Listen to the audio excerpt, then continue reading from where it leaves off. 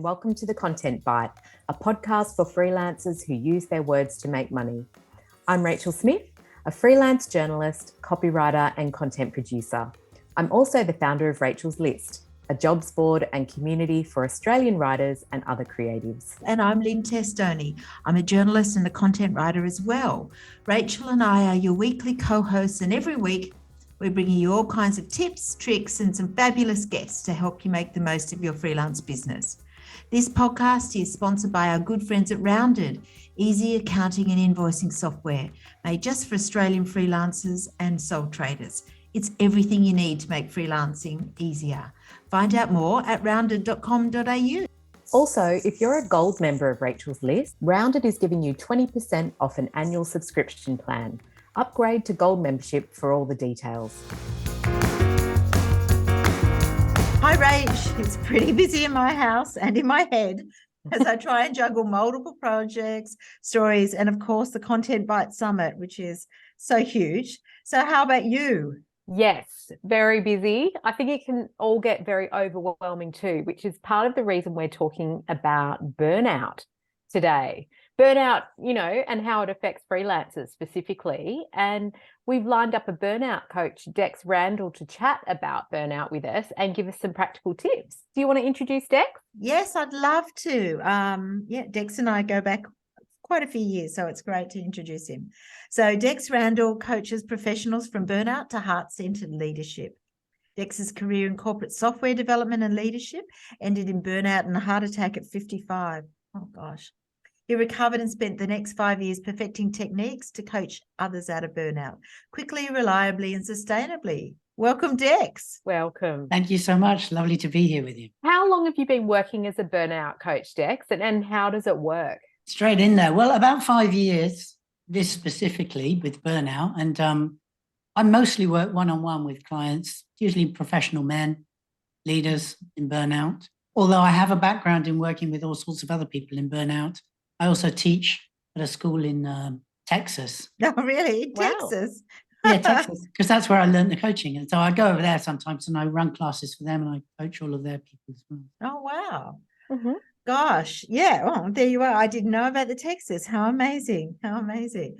So tell us a little bit about burnout, like a bit of background as to who gets it and some of the reasons why. So yes, some good signals to look at. Well, I tend to find that it's type A personality who get burnout, hard-driven, perfectionist, real high-achieving type people. Because those are the people who will go hard and keep going hard regardless of what the obstacles are. They just keep smashing on and overcoming everything. And they're the people who are the most devastated if they can't succeed with their career. kind of bull at a gate tactics. Yeah, I guess that's an interesting thing about succeeding or what success looks like, because I think when you're a type A person, and maybe I can relate to that just a little bit, you maybe have higher standards than you need, and you've got this high threshold that you think, everybody has to be okay, but you've got to be better than okay, better than the best, that sort of thing. Is that what you think? Yeah, it is. It is top of the pole, and they have very high standards for themselves and for other people. Usually a very rapid career rise, whatever they choose to do, the immense dedication and commitment to rising up the ladder. And I work with a lot of people in medicine, and I find that's true of males and females in the medical profession, just the same as males and females in the legal profession or whatever. They're just going there. Yeah.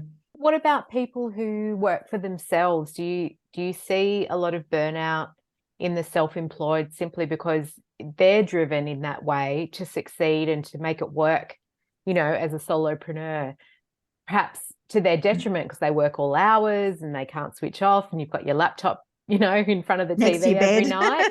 Yeah. I mean, is that something you're seeing more and more of? Absolutely, yeah.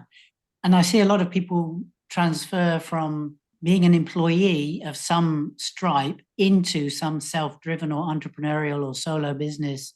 And a lot of those people drop into burnout. Yeah. And I think we're very harsh, because I'm type A as well, and I've obviously experienced burnout. We're very harsh self-critics. And sometimes I think the transition from being an employee where there is structure to being at home where there's not structure, so suddenly 24 hours a day looks like a time available for work, is quite difficult for many people to adjust to. And so, yeah, I think a lot of solopreneurs are now burning out. That is interesting, because I think the trouble with it when it's your own business, particularly at the beginning, there's often nobody to delegate to, and there's always more stuff that could be done. Like this could be, you might do some work. There's always another project. You could always be spending more time on LinkedIn or Instagram or something to boost your business. So it's hard as a solo entrepreneur or business person to know when to stop. Yeah, I think the question is, what's the right work to do, not how much work is still on the table that I might do. And I think it's difficult for us to ask ourselves that question, because it becomes something quite compulsive about, oh, I just need to do that, and then this, and then this, and then this, and my marketing, and my website, and my this, and my that. It just goes on, it's endless. And there is a not enoughness that forces us forward. It's like, I'm not doing good enough yet. What do I need to do next? I better do it right now. That seems to be a prevailing theme for a lot of people working for themselves. And I love what you said about how you go from this very structured environment into a very unstructured environment. You almost have to create that structure for yourself, but it can take a long time to learn that you need to create that structure and how to do that. Yeah, I think it takes a long time to find out how to exercise constraint and how to really focus on, this is the small number of things I must do, and here's the 200,000 other things I could do if I felt like it. Yeah. It's a real discipline of constraint and essentializing that I think a lot of us aren't completely used to. One of the hardest things I found when I first started working for myself is the lack of that sort of backroom support. So when you're an employee, there's somebody who sort of looks after things like your IT, maybe your payroll, maybe even to a large extent your tax. And now I'm paying invoices. Now you've got to look after that. And that may not be what your core business is. Like for us, it's writing. And suddenly you've got to learn all these skills that you happily had other people do. And it's quite stressful. Yes, it is, because there's usually quite a lot of those skills to be acquired about which we know very little, and they look a little bit scary, because what we're really doing is we're going from unconscious competence in our role before to very conscious incompetence in a whole bunch of disciplines as a solopreneur. So it's like, oh my word. And usually we're not like 18. Yes. I mean, yes, some people start out that way, but most of us around here, we won't be that age. So it's like, oh, it's a long time since I've had to be willing to make a fool of myself and make a lot of mistakes. Like, we're not very forgiving on ourselves. I need that on a t-shirt. Conscious, what was it? Conscious incompetence. You like that? That's freelancing in a nutshell when you're starting out, isn't it? Look, I would love to know, how do we know that we're in burnout and not just, dealing with the stress of working or dealing with the stress of starting a freelance business? How does it present? Good question. I think if it really is, it's ongoing and it deteriorates with time. So everything becomes too much hassle and it just gets worse and worse. It's not situational. It's not about having a deadline. It's more associated with, we're judging ourselves for not doing it well enough, and we're judging ourselves quite frequently throughout the day, every day, and we just grind ourselves down. We get a kind of lower and lower and lower view of ourselves, and it's very, very painful to be criticized that frequently. Yeah. And so it's really an ongoing thing. And when you change the task that you're working on, or you pick up the phone and talk to somebody, or you move to a different location to do your work, it doesn't really help. Nothing really helps. It's kind of a flat line of dread and hopelessness and frustration and exhaustion, rather than incidental or just kind of one day is great and the other day is not great.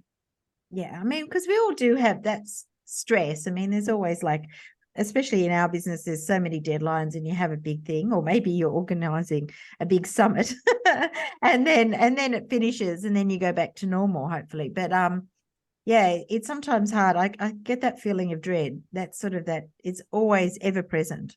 Dread's a real tip off. If you wake up in the morning feeling dread, that's quite a strong indicator of burnout-like experience coming down the track. It's like there's a kind of terminal absence of fun. It gets to be like that, doesn't it? Yeah. And I think at that point, a lot of freelancers might think, well, I just need a holiday. So they'll go on holiday and then they come back and they feel that dread as soon as they're back. Like it doesn't, they're not recharged. Is that a sign that you've got to look deeper at what's really going on? Yeah, because really, if you think about it, taking time off is just avoiding the problem. Yep. Yeah. Because a lot of the industries like Google and people like that say, have a week off, you'll feel better, you'll fix your burnout. Well, that isn't how burnout works, because burnout lives inside your head. And if you're going away for a week doing nothing, what are you going to do with your head? Coming with you, right? Yeah. All the problems you had are still in it. Yeah. So time off and doing yoga and meditation and eating the right things, I think they're all very creditable. They just won't fix burnout, because burnout is happening in here. The only thing I've ever found personally in working with people that fixes burnout is looking at the root of the problem, not the effect of the problem. No Band-Aid. Band-Aids aren't going to fix it. So is it kind of a short-term mental illness? Is that how you describe it? I wouldn't describe it as a mental illness. And the World Health Organization, thankfully, doesn't either, but it's pretty close. Like a lot of people compare it with depression. Yeah. It does have some similarities. But for me, some mental health issues are not very readily fixable, but burnout is very readily fixable. Yeah. Like when I'm working with people, I say to them, they're going to start feeling better in about 3 to 4 weeks. And then by the end of 12 weeks, they'll be out of burnout and they don't ever need to go back in. Yeah. Oh, that's amazing. Because it's actually, we have some mental habits that we learned how to treat ourselves in a particular way that isn't very kind. So it's like chipping away at ourselves all day long with a hammer drill. It's not, when we take the hammer drill away, it's like, oh, I feel better now. So it's that judgment you were talking about, that ongoing judgment of ourselves and that kind of self-flagellation and that sort of thing. Yeah, because how much time does a person in burnout typically spend saying, wow, you rock, you did that brilliantly. I love the way you approached that. Good on you for trying. I mean, that's not the sort of monologue that goes on in there. So really, burnout is a disconnection. It's a problem of disconnection.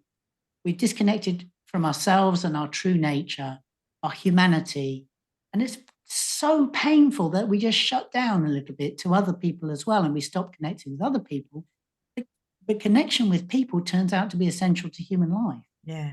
We're not connected to other people very strongly in a supportive, enjoyable way. And we're not connected to ourselves either. And the self-abandonment, the self-neglect, self-criticism is more than we can bear. And that's what tips us over the edge, I think, into burnout. So the solution is simply to reconnect. Yeah. Start to develop an intentionally wonderful relationship with yourself, the kind you wish you'd had. Yeah. The way you wish So your parents had treated you. Treat yourself like that. Yes. Or the way you treat a little 4-year-old who's just fallen over on the pavement and smashed their knee up. Treat yourself like that. You're essentially saying be kind to yourself or kinder to yourself. Yeah. Kind, gentle, compassionate, encouraging, appreciative, unconditional love and support. Have your own back every time. Look for the good. Because I say to people, well, if you're in burnout, when you think about yourself, do you have a good heart? That's one. Yeah. And the other one is, are you basically well-intentioned? Yeah. They're my 2 conditions for loving myself.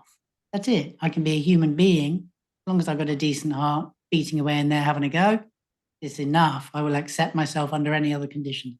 So I'd love to hear about your own experience of burnout. Talk us through that, because it's obviously shaped where you are and what you do now. Yes, the guiding hand of God. I think it was destined, really. I thought about doing this work for so many years, but I wasn't.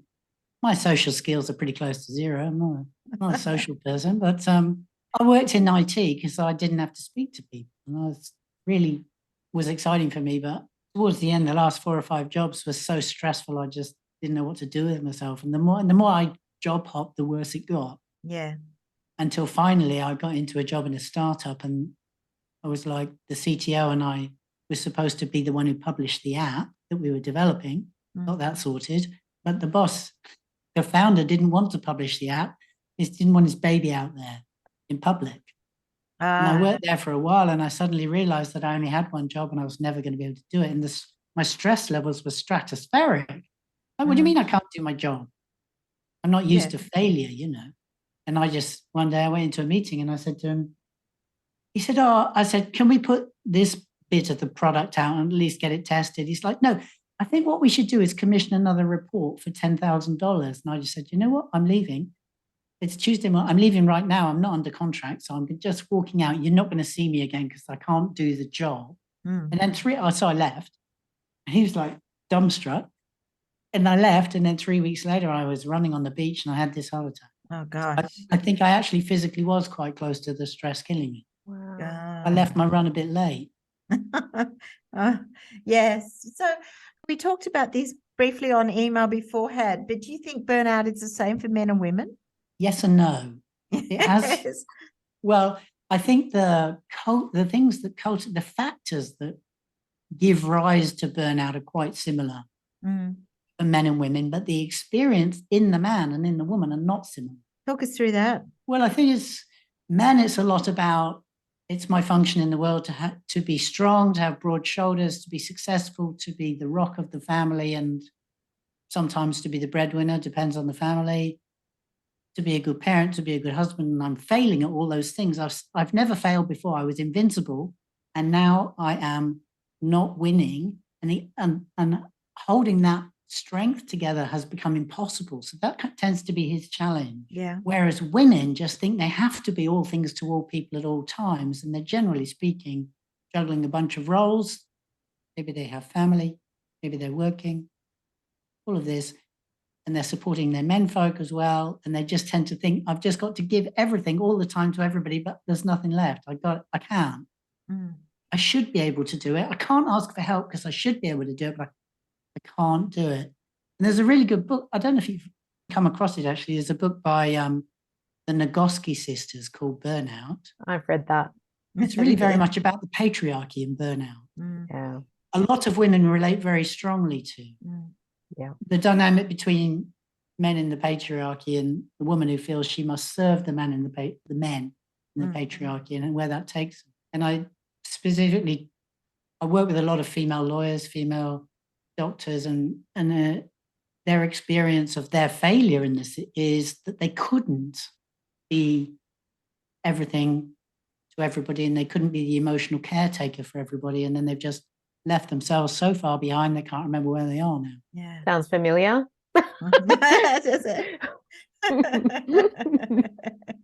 Is it resonating, Rachel? Yes, it is. I'm really interested in the notion of, if you're freelance and you're experiencing burnout, I mean, if someone's to come to you and say, I'm completely burnt out, I'm freelance, I'm servicing all these different clients, I've got this commitment and that commitment I can't let go of. I mean, is the solution when you're burnt out to get away from all of that? Or can you fix it while you're still in all of that and still able to meet your commitments? No, you absolutely can fix it while you're still in it, but there'll be a certain remold. And I think it's when we've taken on too much and the commitments are kind of killing us, and probably at the same time, we're not making much money and we're not getting much sleep either. It becomes, okay, how can I straighten that scenario out at the same time as supporting myself out of burnout? A lot of it is about things associated with time management. How can I tighten my schedule up? How can I not perfectionize so much? How can I stop procrastinating with things that scare me? How can I say no to people more when I shouldn't be working with them because they're not the right person for me? So we get into a fear-driven cycle. We say yes to every piece of work. That usually is, as you may have experienced, a little bit self-defeating. Really, we need to tighten our niche down and be an expert at one thing. Turns out to be a much simpler, a much better rewarded life. We just get to be an expert at one thing instead of trying to keep all these only vaguely suitable projects running that compete with one another, and they waste a lot of time. So there's quite a lot I teach a lot of these skills about how to tighten up your schedule so that you're doing work you love for people you enjoy working with, and you're saying no to a much larger percentage of the things that you could do. Because otherwise it's a beginner trap, isn't it? You just say yes to everything because you need the money. Yes. That's so for interesting. sure. So you're basically advocating for freelancers to niche down as a way of mitigating or avoiding burnout. It helps. It helps is positioning yourself as an expert, which means you don't have to try so hard to please all of the people. Yeah. And then the right people are drawn to you because they say, oh, that's the exact thing you do. See, I look at Lynne and myself. Lynne, you are very in your niche and, you know, very comfortable in that niche, and you do service the same types of clients. Whereas I'm a generalist and I have a lot of different niches and a lot of different commitments. And I think I'm constantly burnt out.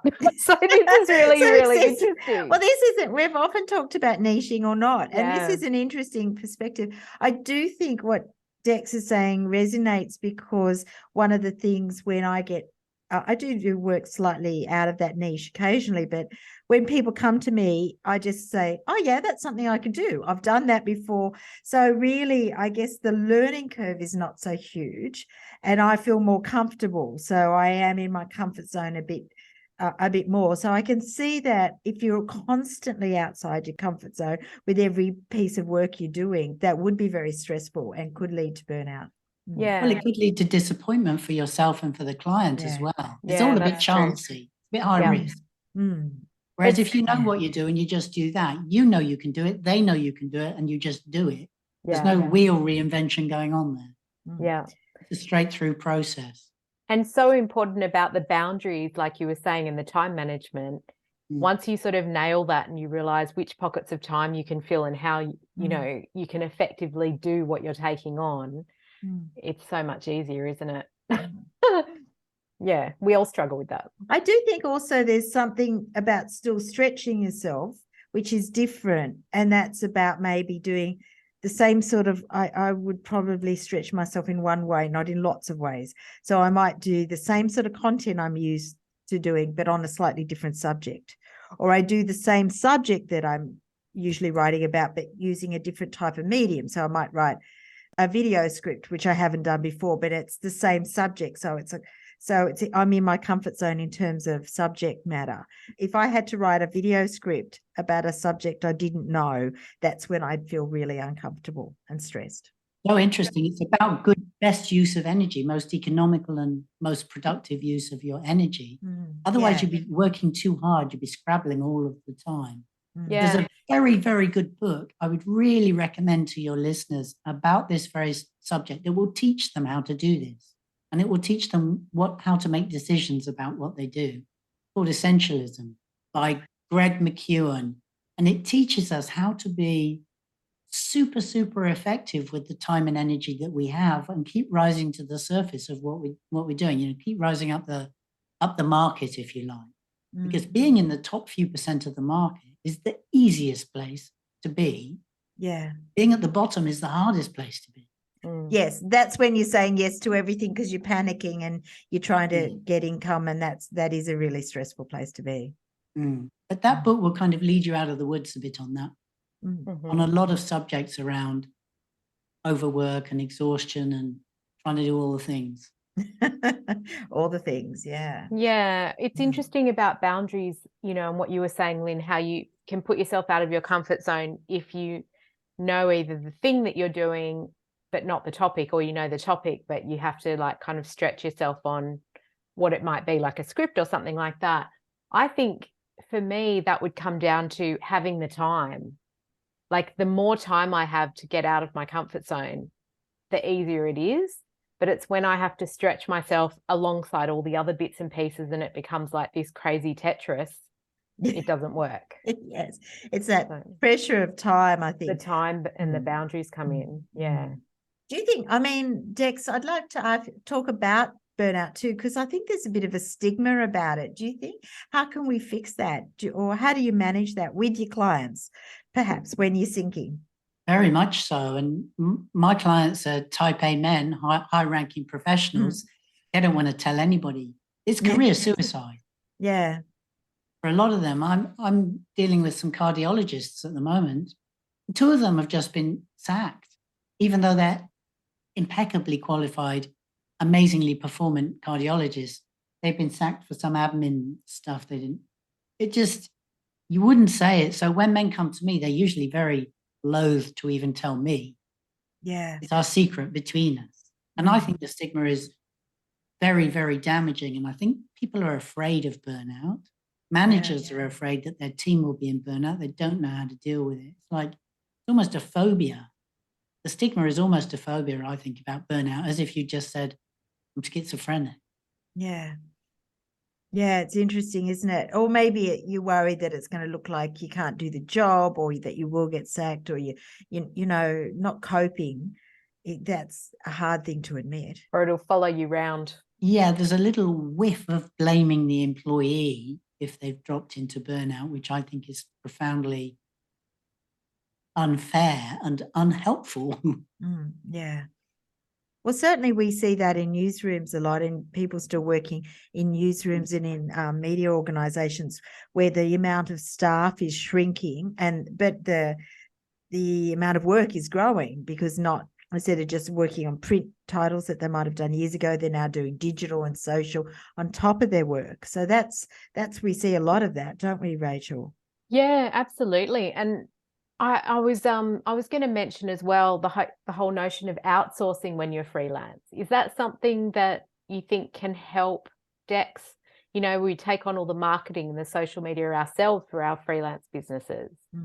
But if you can sort of alleviate the pressure on all those, like not have to wear so many hats, is that going to help? Bit of a double-edged sword, that one. Yes, you can outsource to an expert.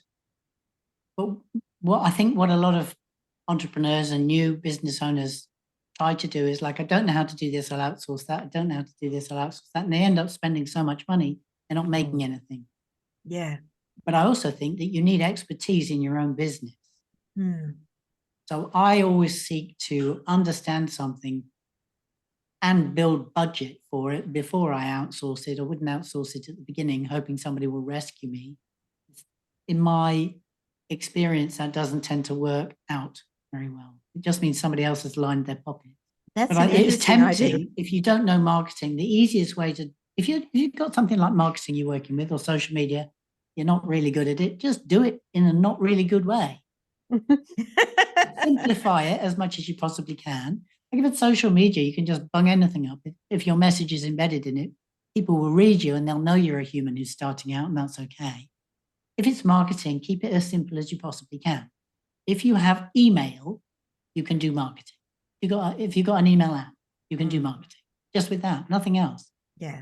So maybe it's that sort of high when you're talking about those sort of type A people who want to do all the things and so you start your business, you want to have a big social media presence, you want to have an amazing website, you want to do everything. And sometimes people end up not doing anything too, because they get so stymied by that perfectionism and the procrastination. We've spoken to a lot of people on the podcast over the years who haven't quite finished their website, haven't we, Rach?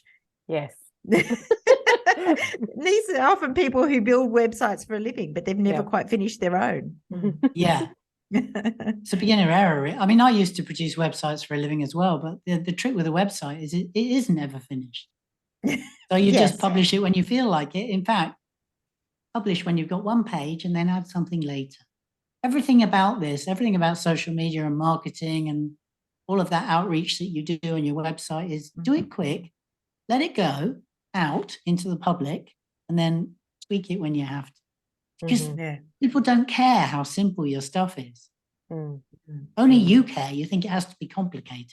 Yeah. It doesn't. It doesn't have to be complicated, and it doesn't really have to be pretty either. People just want to know, can you help me or not? Yeah, that's true. But you're talking to two perfectionists who that's just not good enough. I was going to say, I think one of us is more of a perfectionist than the other, Rach. Yeah, you are. I'm fully the perfectionist.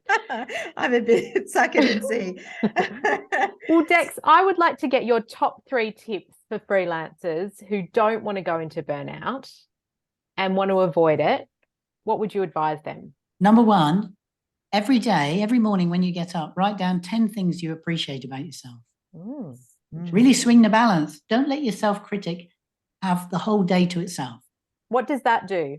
What you've got is you've got a barometer that's permanently in stormy, right? Your inner critic's just going off at you all day.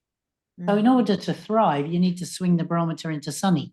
Yes. So do it on purpose every morning. Find things you appreciate about yourself. Really, really simple things like I smiled at somebody accidentally just then. It doesn't have to be big stuff. It doesn't have to be an achievement. Just something you've done in the past or something that springs to mind tiny that you just did today. I got up this morning, I made breakfast, I sat at my desk. Hurrah. I rock. How would you encourage this 4-year-old, right? because each of us has got this inner kind of wailing kid inside us going, oh, this is very scary. So we have to work with that inner kid and tell the kid, no, you're all right. I like you. It'll be good. I'll look after you. Okay, so we have to do the 10 things. That's the first thing. We write the 10 things. Yeah. Yes. Yep. And then I would say, find everything that is on your list of to-dos today that you don't need to do. Oh. You just simplify. What is it that you're doing that really isn't that essential? And then I would also say, find a way to write down what you're going to do today between your start time and your end time, and commit to the results you're going to get in the day. I cut mine hour by hour. What result would I get in the first hour? What result will I get in the second? Not what activity. Activity is open-ended. What result will I get in the second hour? All the way down. See how many of them you can get through in a day. And then when it comes to your end time, stop. Do not check your social media, your messages, your phone, and everything else. Email. Don't. Just agree with yourself that you've told yourself what you wanted to achieve today and you had a really good go at it. And then stop. Because otherwise your life will be always lopsided in favor of worrying about work. You're waking 2 a.m. You need to be a little kinder to yourself about achievement as well. Are these tips that you use as well to kind of prevent going back into the burnout that you suffered yourself? Absolutely, yeah. I don't work anywhere near as many hours, and my perfectionist took a big bath. That's out the window now. I just do anything anyhow. B- work. I'm the B- work king. Yes. That's another good tip. The perfectionism adds nothing except it sits you worry for a couple of hours. So when something is complete, that's why I like to get results within an hour. When something's complete and the hour's up, it's gone. I'm not second guessing. Is this good enough? Can I? It's gone. B- out the door. Don't think about it ever again. Because people don't care about your perfectionist contribution. It's not adding enough value. Just worrying. It's like I think I got bone. some of that as a parent. I think things like the school newsletters and all that sort of stuff. It was like you see all the stuff, and I do it, and then most of it I just toss out, because you just say, okay, I'll do this. This sounds good. I'm happy doing this. The rest of it I didn't.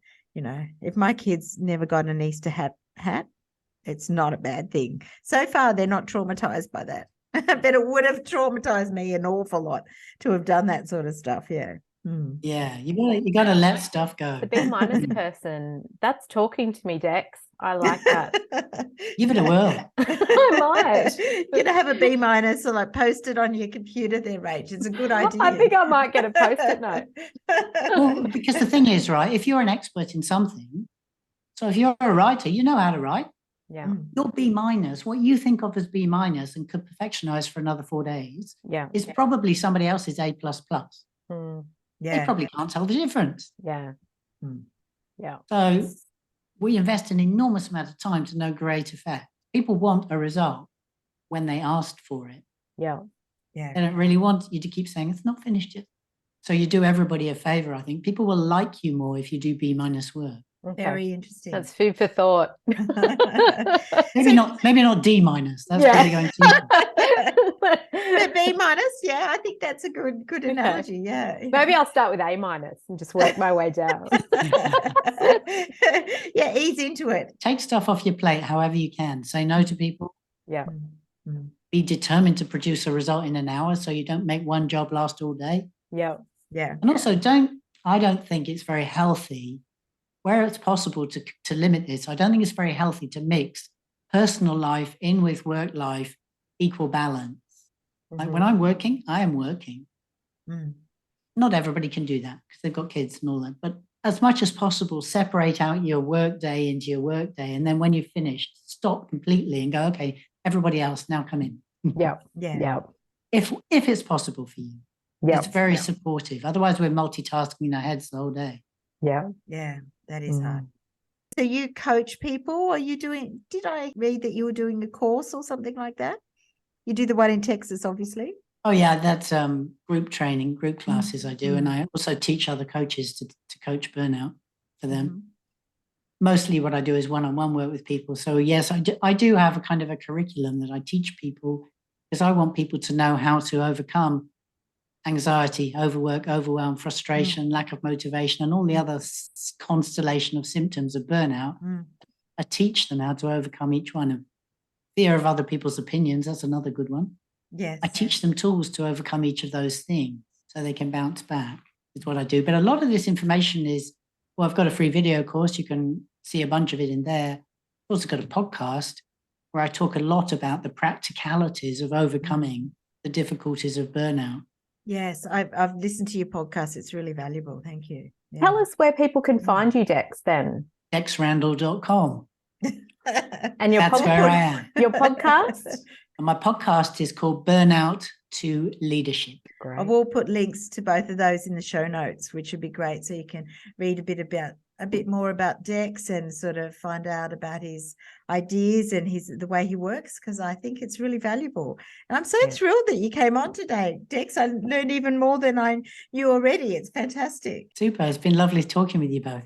Thank you so much, Dex. Yep, we'll pop all of that information in the show notes so you can listen to Dex on his podcast or find him on his website or even hire him if you're in the depths of burnout yourself and are desperate.